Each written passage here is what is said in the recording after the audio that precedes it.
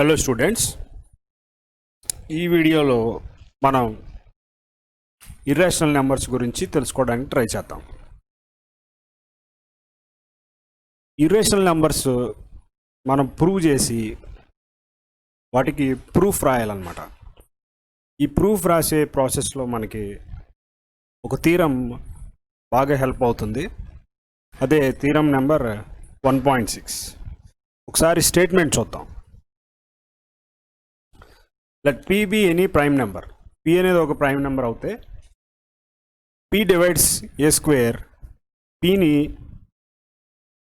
Prime number అని అనుకున్నాం కదా, A స్క్వేర్ అనే ఒక నెంబర్ని P డివైడ్ చేస్తే అదే నెంబర్, అదే ప్రైమ్ నెంబర్ ఏని కూడా డివైడ్ చేస్తుంది అనేది వీళ్ళు చెప్తున్నారు. అంటే ఇప్పుడు A స్క్వేర్ని ప్రైమ్ డివైడ్ చేయగలిగితే ఏను కూడా అది చేస్తుంది, ఆబ్వియస్గా చేస్తుంది అనేది వాళ్ళు చెప్తున్నారు. సరే, మనం ఇప్పుడు ఏ అనేది ఏదైనా ఒక నెంబర్ అని చెప్పారు కాబట్టి మనం ఏ ప్లేస్లో ఏదైనా ఒక నెంబర్ తీసుకున్నాం ర్యాండమ్గా. అప్పుడు నేను ఏని ఏదైనా ఒక నెంబర్ 36 అనుకున్నాను అనుకోండి, సారీ ఏని 6 అనుకున్నాం. ఇప్పుడు స్క్వేర్ తీసుకుంటే ఈజీ అవుతుంది మనకి. ఏ ఈజ్ ఈక్వల్ టు 6 అనుకోండి, అప్పుడు ఏ స్క్వేర్ ఏమవుతుంది, 36 అవుతుంది. సరే, అదే ప్రైమ్ మనం 2 అనుకున్నాం. ఇప్పుడు చూడండి, 36ని 2 అనే ప్రైమ్ నెంబర్ 18 టైమ్స్ క్యాన్సిల్ చేస్తుంది. మరి ఏ అనే 6ని 2 అనే ప్రైమ్ నెంబర్ కూడా క్యాన్సిల్ చేస్తుంది 3 టైమ్స్. ఇదే ఆ థీరం చెప్తుంది అనమాట. ఏ స్క్వేర్ని P డివైడ్ చేసినప్పుడు ఏని కూడా P డివైడ్ చేస్తుంది అనేది థీరం. సో ఈ థీరం యూజ్ చేసుకుని మనం ఇప్పుడు ఇర్రేషనల్ నెంబర్స్కి ప్రూఫ్ అనేది రాయబోతున్నాం. ఈ మ్యాథమెటిక్స్లో ప్రూఫ్స్ డిఫరెంట్ టైప్స్లో ఉంటాయి. ఒకటి direct proof, indirect proof, proving by giving counter example, disproving. అలాగే one of the method is contradiction proof. Contradiction అంటే ఫస్ట్ మనం ఒక అజంప్షన్ తీసుకుంటాం, ఫైనల్గా మనకి అజంప్షన్ రాంగ్ అని వస్తుంది. ఎందుకని రాంగ్ వచ్చింది అనేది తీసుకుంటే మన అజంప్షనే రాంగ్ కాబట్టి టోటల్ లాస్ట్లో వచ్చిన రిజల్ట్ అంతా కూడా రాంగ్ అనేది మనం ప్రూవ్ చేస్తాం అనమాట. ఇది కాంట్రడిక్షన్ ప్రూఫ్. సరే, ఒక ప్రాబ్లం చూద్దాం ఇప్పుడు. Show that √2 is irrational. ఈ √2ని మనం ఇర్రేషనల్ అని ప్రూవ్ చేయాలి. దానికి మనం ఏమనుకుంటామంటే √2 ఈజ్ రేషనల్ అని అనుకుంటాం. ముందుగానే మనం అలా అజ్యూమ్ అనుకుంటున్నాం. సో √2 రేషనల్ అయినప్పుడు మనకు తెలిసిన డెఫినేషన్ ప్రకారం it can be written in the form of, ఎలా రాయొచ్చు అంటే A/B ఇలా రాయొచ్చు. B ఎప్పుడు కూడా ≠ 0 అవుతుంది. అలానే A/B ఏమవుతాయంటే కోప్రైమ్ అవుతాయి. కోప్రైమ్కి ఇంకొక మీనింగ్ ఏంటి, A/Bని మనం HCF చేస్తే ఇంకా ఆన్సర్ ఎప్పుడు కూడా ఒకటే వస్తుంది అన్నమాట. ఇంకా సింపుల్గా చెప్పాలంటే A/B రాసినప్పుడు అదే లోయెస్ట్ ఫామ్. ఏలోను బిలోను కూడా ఏది కామన్ ఫ్యాక్టర్ ఉండదు అనమాట. ఏ నెంబర్ కూడా కామన్గా ఉండదు. So this is the lowest form, అది డెఫినేషన్. సరే, మనం రాసాం. ఈక్వల్ అయింది అంటున్నారు కాబట్టి ఏం రాసామంటే √2 ఈజ్ ఈక్వల్ టు A/B అని రాసాం. తర్వాత ఏం చేసాము, ఇక్కడున్న Bని ట్రాన్స్పోజ్ చేసాం. అప్పుడు ఏమైంది, అది √2 times P is equal to అది అటు వెళ్ళింది అనమాట. సో ఇప్పుడు మనం స్క్వేరింగ్ చేసాం. స్క్వేరింగ్ చేస్తే సో మనకు తెలిసినట్టుగానే √2 హోల్ స్క్వేర్, ఇవి మధ్యలో మల్టిప్లికేషన్ కాబట్టి ఇండివిజువల్ టర్మ్స్, సెపరేట్ టర్మ్స్ అని is equal to A square. Square roots పోతే అక్కడ 2 times B square is equal to A square అని వచ్చింది. సరే, అబ్జర్వ్ చేయండి, ఈ LHS RHSలో LHS smallest value, RHS దీనికన్నా పెద్ద వాల్యూ. మనం ఎలా చెప్తున్నామంటే ఏ స్క్వేర్ని రాయాలంటే బి స్క్వేర్ని ఎవరితో మల్టిప్లై చేసాం? 2 అనే నెంబర్తో మనం ఇక్కడ మల్టిప్లై చేసాం. బి స్క్వేర్ని 2తో మల్టిప్లై చేస్తే కానీ అది ఏ స్క్వేర్కి ఈక్వల్ అయింది. అందుకని ఇది that is a square is the greatest value here. ఇక్కడ అది పెద్దదన్నమాట. అంటే దాని అర్థం ఏంటి? 2 అనే నంబర్ ఏ స్క్వేర్ని డెఫినెట్గా డివైడ్ చేస్తుంది. ఇప్పుడు ఒకసారి మనం థీరం 1.6 గుర్తు తెచ్చుకుందాం. 2 ఏ స్క్వేర్ని డివైడ్ చేస్తే అదే 2 ఏని కూడా డివైడ్ చేస్తుంది కదా, అదే రాస్తాం మనం. 2 divides A square, so 2 also divides A అయింది. కాబట్టి ఇప్పుడు నేను ఏమనుకుంటున్నాను? A is equal to 2C అనుకుంటున్నాను. A is equal to 2C. So A is equal to some 2 into some number C అని రాసుకున్నాం ఇక్కడ. A is equal to 2 into some number. ఎందుకని రాస్తున్నామంటే 2 ఏని డివైడ్ చేస్తుంది. 2 అనే నెంబర్ ఏని డివైడ్ చేస్తుంది అక్కడ. సో డివైడ్ చేస్తుంది కాబట్టి డెఫినెట్గా దాన్ని మనం ఎక్స్ప్రెస్ చేయడానికి వీలవుతుంది అనమాట. అది రాసాం. ఫర్ ఎగ్జాంపుల్ నేను ఒక 8 అనే నెంబర్ తీసుకున్నాను. 8 ఏమవుతుంది? 2తో డివైడ్ చేస్తే 4 టైమ్స్ ఇక్కడ 8 0 వస్తుంది అనమాట. అంటే నేను ఇప్పుడు 8 రాయాలంటే ఎట్లా రాస్తాము? 2 ఇంటూ సమ్ నెంబర్ 4. ఆ సమ్ నెంబర్ ఇక్కడ ఎంత అవుతుంది? 4 అవుతుంది. అలాగే ఏ రావాలంటే నేను ఏం చేశానంటే 2 ఇంటూ, ఇప్పుడు ఏనే కదా 2 డివైడ్ చేసింది, ఈ నెంబర్ ఏని 2 డివైడ్ చేసింది కాబట్టి సేమ్ ఇప్పుడు ఈ ఎగ్జాంపుల్ మనం దీనికి అప్లై చేస్తే ఏ రాయాలంటే A is equal to 2 into some number C. అది మనం రాసాం. A is equal to 2 into some. So A మనకి ఇదిగోండి ఇక్కడ ఉన్నది. ఈ ఈక్వేషన్ ఏంటో చూసారు కదా, 2B square is equal to A square. అంటే ఇక్కడ ఏ ఉంది. ఆ ఏ ప్లేస్లో నేనేం రాశానంటే 2C రాశాను. యాక్చువల్గా ఈ ఈక్వేషన్ ఇది. 2B square is equal to A square. అయితే నేను ఏ ప్లేస్లో ఏమనుకున్నాను? 2C అనుకున్నాను. So 2B square is equal to 2C whole square. అప్పుడు ఏమవుతుంది? అది 2B square is equal to 4C square అవుతుంది. సో బోత్ సైడ్స్ 2 క్యాన్సిల్ చేసామనుకోండి. ఇప్పుడు B square is equal to 2 times C square అవుతుంది.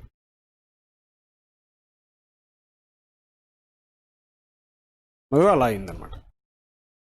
సో ఇక్కడ కూడా మీరు అబ్జర్వ్ చేస్తే 1.6 థీరం మళ్ళీ మనకి ఇక్కడ అప్లై అవుతుంది. చూడండి, ఇది B స్క్వేర్ పెద్దదా C స్క్వేర్ పెద్దదా అంటే డెఫినెట్గా B square is greater than C square. ఎందుకని పెద్దదవుతుంది? B స్క్వేర్కి C స్క్వేర్ ఈక్వల్ అవ్వాలంటే 2తో మనం ఇక్కడ మల్టిప్లై చేసాం. చూసారు కదా, 2 టైమ్స్ C స్క్వేర్ ఉంది అక్కడ. ఆ 2తో మల్టిప్లై చేయకపోతే ఇది ఈక్వల్ అవ్వదు. అది అంటే దిస్ 2 డివైడ్స్ B స్క్వేర్. ఇదిగో అదే రాసాం. సేమ్ ఇంత మార్నింగ్ ఎర్లీగా రాసినట్టుగానే రాసాం అది. సో 2 డివైడ్స్ B స్క్వేర్ అయినప్పుడు 2 డివైడ్స్ B స్క్వేర్ అయినప్పుడు 2 ఆల్సో డివైడ్స్ B అవుతుంది. Just like in the case of ఏకి ఎలా అయితే చేసామో ఇప్పుడు B కూడా అలాగే చేసాం. సో ఇప్పుడు సార్ ఏని బిని కలిపి చూద్దాం. మనం ఏకి 2 అనేది ఒక ఫ్యాక్టర్ వచ్చింది. ఇప్పుడు మనం చూస్తున్న దాంట్లో బికి కూడా ఒక ఫ్యాక్టర్ వచ్చింది. అది కూడా ఏమైంది? ఇక్కడ 2 అయింది. కానీ మన డెఫినేషన్లో ఏం రాసుకున్నాము? A బై B ఈ not equal to 0. A comma B are ఎలా ఉంటాయంటే అవి కోప్రైమ్ అని చెప్పాము. కోప్రైమ్ అంటే ఏం చెప్పాము? ఇదే ఇంకా సింప్లెస్ట్ ఫామ్. ఏలోనూ బీలోనూ వేరే నెంబర్ ఏది క్యాన్సిల్ అవ్వదు అని చెప్పాం. కానీ ఇక్కడ కొత్తగా ఒక నెంబర్ వచ్చింది. 2 అనే నెంబర్ ఏం చేసింది? అటు ఏలోనూ క్యాన్సిల్ అయింది, బీలోనూ కూడా క్యాన్సిల్ అయింది. కాబట్టి ఏకి బీకి అది ఏమవుతుంది? Common factor. బట్ డెఫినేషన్లో ఏం చెప్పాము? There will be no common factor for both A and B అని చెప్పాం. కానీ ఇప్పుడు మనం చేసిన దాంట్లో 2 became common factor for A and so ఇక్కడ మనకి కాంట్రడిక్షన్ వస్తుంది అనమాట. సో మనం తీసుకున్న అసంప్షన్కి లాస్ట్లో వచ్చిన దానికి ఎక్కడ అది మ్యాచ్ అవ్వట్లేదు కాబట్టి this contradiction has arisen because of our assumption. ఎందుకు ఇలా జరిగింది అంటే మనం ఏమని చెప్పాము, √2 ఈజ్ రేషనల్ అని మనం అనుకున్నాం కాబట్టి కాంట్రడిక్షన్ వచ్చిందనమాట.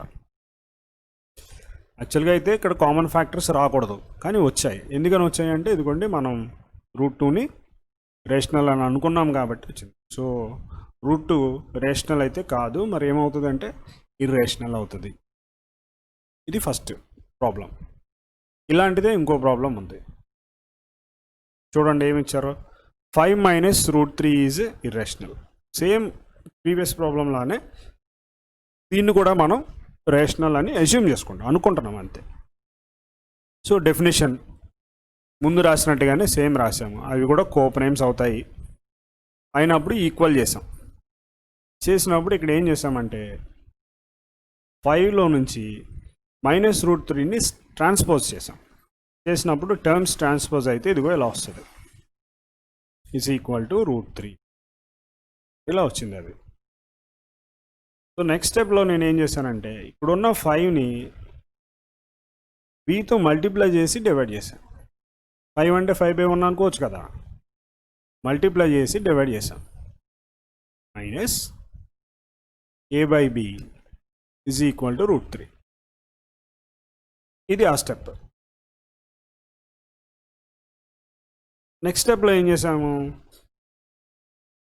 బోత్ న్యూమరేటర్స్ మల్టిప్లై చేసాము, డినామినేటర్స్ మల్టిప్లై చేసాము. అప్పుడు అది ఏమవుతుంది, 5b/b minus a/b is equal to √3 అయింది.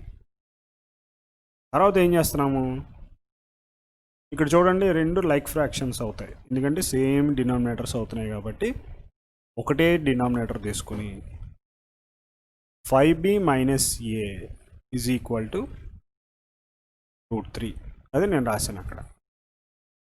సో ఇప్పుడు మనం చేయాల్సింది ఇక్కడ ఏంటంటే a అనేది ఇంటిజర్ అని మనకు తెలుసు, b అనేది కూడా ఇంటిజర్ అని మనకు తెలుసు. సో రెండు ఇంటిజర్స్ అయినప్పుడు ఈ టోటల్ వాల్యూ ఉంది చూసారు, this value which is on LHS ఏమవుతుంది, అది b ప్లేస్లో a ప్లేస్లో మీరు ఏవైనా నెంబర్ సబ్స్టిట్యూషన్ చేయండి, సింప్లిఫై అయిపోయి మళ్ళీ అది రేషనలే అవుతుంది. సో లెఫ్ట్ సైడ్ మనకి రేషనల్ వచ్చింది, రైట్ సైడ్ కూడా రేషనల్కే ఈక్వల్ అవుతుంది. అది LHS RHS ఈక్వల్ అంటే లెఫ్ట్ సైడ్ రేషనల్ అయితే రైట్ సైడ్ కూడా రేషనలే అవ్వాలి. కానీ ఇక్కడేముంది, ఇర్రేషనల్ ఉంటుంది అక్కడ. సో అందుకని కాంట్రడిక్షన్ వచ్చింది మనకి. సో ఈ కాంట్రడిక్షన్ వచ్చింది కాబట్టి మనం ఏం చెప్తాం, this is because of our assumption. ఎందుకని వచ్చింది, మనం ముందు ఏమనుకున్నాం, 5 మైనస్ √3 అనేది రేషనల్ అని అనుకున్నాము కాబట్టి కాంట్రడిక్షన్ వచ్చింది. సో దట్ 5 మైనస్ √3 ఈజ్ ఏమవ్వాలి, రేషనల్ అయితే కాదు కాబట్టి డెఫినెట్గా అది ఇర్రేషనలే అవుతుంది. ఇది ఒక టైప్ ఆఫ్ ప్రాబ్లం. ఇలాంటిది ఇంకొకటి చూద్దాం. ఈ 3 మోడల్స్ మోస్ట్లీ ఇవే ఉంటాయి మనకి. ఇక్కడ ఏమడుగుతున్నారు, రెండు కూడా సర్డ్స్ అంటే రెండు కూడా రూట్స్లే తీసుకున్నారు. ఇంతకుముందు మనం మిక్స్డ్ చూసాం, అదొకటి ఇదొకటి ఉంది. ఇక్కడ ఫస్ట్ ప్రాబ్లంలో ప్యూర్ సర్డ్, ఇక్కడ మిక్స్డ్ రెండోది. ఇవి మళ్ళీ రెండు వచ్చాయి, బైనామియల్ సర్డ్. ఇది చూడండి, దీంట్లో ఏమంటున్నారు, ఇర్రేషనల్ అని చూపించాలి. సేమ్ ఇంతకుముందు తీసుకున్నట్టుగానే డెఫినేషన్ రాసాము, దాన్ని ఈక్వల్ చేసాము. ఈక్వల్ చేసిన తర్వాత ఇక్కడ నేను ఒక టర్మ్ పక్కన రాశాను, √2ని లెఫ్ట్ సైడే ఉంచేసి ఈ a/bని కొత్తగా ఒక √3 అనే టర్మ్ని ట్రాన్స్పోజ్ చేసాం. అదిగో అలా వచ్చింది. సో సేమ్ స్క్వేరింగ్ చేసామనుకోండి, స్క్వేరింగ్ చేయాలంటే రైట్ సైడ్లో 2 టర్మ్స్ ఉన్నాయి కాబట్టి ఇదిగోండి, ఇది హోల్ స్క్వేర్, ఇది కూడా హోల్ స్క్వేర్. హోల్ స్క్వేర్ మధ్యలో 2 టర్మ్స్ బైనామియల్ టర్మ్స్ మధ్యలో మైనస్ వచ్చింది కాబట్టి ఈ ఎక్స్పాన్షన్కి మనం వాడే ఫార్ములా ఏంటంటే a minus b whole square. So this becomes a square plus b square minus 2a. a ప్లేస్లో a by b ఉంది, ఇక్కడ b ప్లేస్లో -√3 ఉన్నది. అది ఎక్స్పాండ్ చేస్తే ఏమవుతుంది, ఇక్కడ రూట్ స్క్వేర్ క్యాన్సిల్ అయిపోతే 2 ఈజ్ ఈక్వల్ టు డైరెక్ట్గా రాస్తున్నాం మనం a square by b square plus 3 minus 2 times a by b into √3 అని ఉన్నది. నెక్స్ట్ స్టెప్లో మనం ఏం చేసాం, ఇక్కడ ఉన్న నెగిటివ్ టర్మ్ ఉంది చూసారా, ఈ టోటల్ టర్మ్ని మనం ట్రాన్స్పోజ్ చేసాం. So that becomes 2 times a by b into √3 is equal to a square by b square plus 3 minus 2. ఇక్కడ స్క్వేర్ చేస్తాం కదా, ఈ స్క్వేర్ రూట్ క్యాన్సిల్ అయిపోతే 2 వస్తుంది. ఇదిగోండి ఆ 2 ఇక్కడ ఉన్నాయి కదా 2, ఈ 2ని ఈ సైడ్ తీసుకొచ్చి ఇక్కడికి తీసుకొచ్చాం. దెన్ ఆఫ్టర్ సింప్లిఫైయింగ్ కొంచెం ఫర్దర్గా సింప్లిఫై చేస్తే a by b into √3 is equal to a square by b square plus 3లోంచి 2 తీసేస్తే 1. ఇప్పుడు దీన్ని ఇలా రాసుకోవచ్చా మనం, a square by b square, ఈ 1 అని ఇలా రాయచ్చా, b square by b square cancel అయిపోతే మళ్ళీ మనకి ఇదిగోండి ఈ 1 వస్తుంది. So 2 times a by b into √3 is equal to, చూడండి ఇక్కడ ఈ రెండు లైక్ టర్మ్స్ అయినాయి కాబట్టి సేమ్ డినామినేటర్స్ కాబట్టి ఒకటే డినామినేటర్ కింద రాసేయచ్చు. సింప్లిఫై చేసాం, ఇలా రాసాం అదనమాట. సింప్లిఫై చేస్తే అలా వచ్చింది. అప్పుడు ఇంకా అక్కడ మిగిలిపోయిన టర్మ్ ఏముంటుంది, √3 ఉంటుంది. √3 ఆల్రెడీ మనం ట్రాన్స్ఫర్ చేసి ఉంచాం కాబట్టి √3 ఈజ్ ఈక్వల్ టు,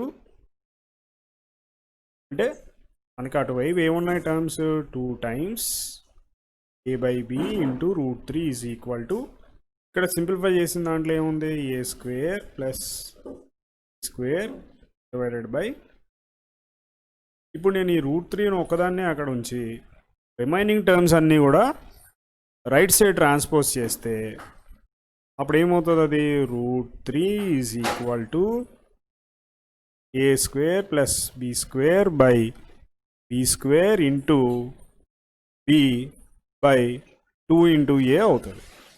సో ఈ b స్క్వేర్లో క్యాన్సిల్ అయితే సింప్లిఫైడ్ టర్మ్స్ ఇలా ఉంటాయి అన్నమాట, a square plus b square by 2 times a into b.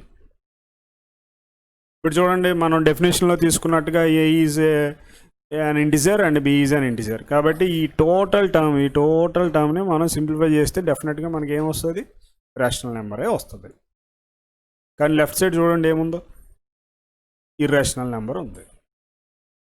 So అందుకని ఆ రెండు ఈక్వల్ అవ్వవు కదా, కాంట్రడిక్షన్ వస్తుంది. ఎందుకని కాంట్రడిక్షన్ వచ్చింది, because we assumed that those 2 terms are rational.